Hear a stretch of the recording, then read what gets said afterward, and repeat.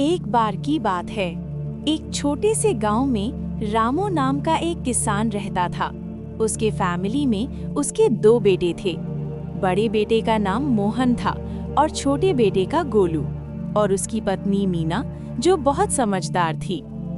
रामू इतना गरीब था कि उसके घर में खाने तक का कुछ नहीं रहता था, और आज भी घर में सिर्फ 3 रोटियां ही थीं। मीना ने पति को 1 रोटी दी और दोनों बेटों को 1-1 रोटी दी और खुद पानी पीकर सो गई। मीना चुपचाप पानी पीकर सो तो गई, लेकिन उसकी आंखों से नींद कोसों दूर थी।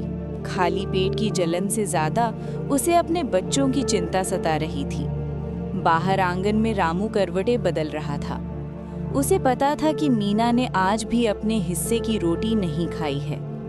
सुबह की हल्की रोशनी के साथ ही रामू उठ गया। फटे हुए कपड़े, हाथ में टूटा सा हसुआ और आंखों में मजबूरी, वो खेत की ओर चल पड़ा। खेत उसका था, लेकिन जमीन बंजर थी। बारिश न होने से मिट्टी फट चुकी थी, जैसे उसकी किस्मत। मोहन और गोलू भी जाग गए। मोहन बोला, ना आज स्कूल जाऊं? मीना ने प्यार से सिर सहलाया और कहा, बेटा आज किताबें घर पर ही पढ़ लेना। सच ये था कि स्कूल की फीस और कॉपी किताब के पैसे भी नहीं थे। दोपहर तक रामू खेत में मेहनत करता रहा। हाथ छिल गए, पसीना बहता रहा, लेकिन पेट में अन्न का एक दाना भी नहीं गया।